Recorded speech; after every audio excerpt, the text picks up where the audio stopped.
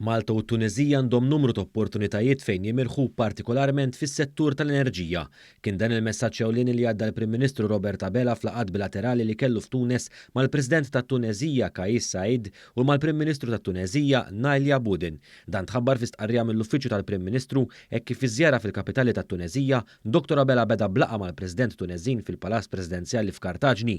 F'taħdidiet mal-President Saied, il-Prim Ministru Robert Abela irrimarka kif Malta tħares li tkompli ssaħħaħ relazzjonijiet u l-kooperazzjoni mat-Tunezija u semma kif l-enerġija rinnovabbli il-futur anke għal pajjiżi ġirien li jinsabu fin-nofsinhar ta' Malta u fisser lit-Tunezija bħala sieħeb prominenti fi proġetti potenzjali li jgawdu minnhom il-popli taż-żewġ pajjiżi.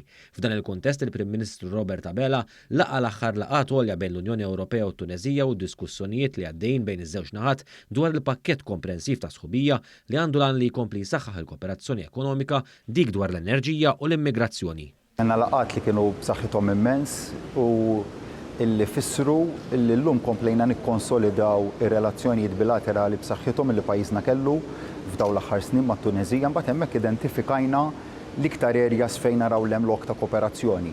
L-iktar area identifikajnija bħala hija l-qasam tal-enerġija rinnovabbli u hemmhekk qegħdin f'diskussjonijiet li se jibqgħu għaddejjin issa fuq livell tekniku u li nittamaw li waslu wkoll għal ftehim għal Memorandum of Understanding illi fih jista' jkollna kooperazzjoni fuq il-qasam tal-enerġija rinnovabbli bejn it-Tunezija u pajjiżna.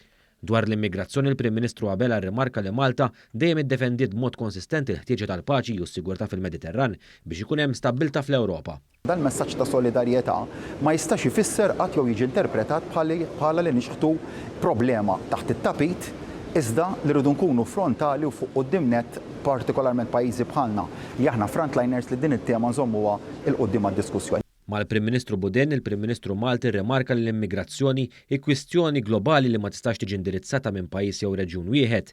Innota wkoll li fil-ġimgħat li ġejjin se jkun hemm konferenza internazzjonali dwar l-immigrazzjoni li qed tħares li tindirizza wkoll it-traffikar uman marbut mal-kwistjoni tal-immigrazzjoni.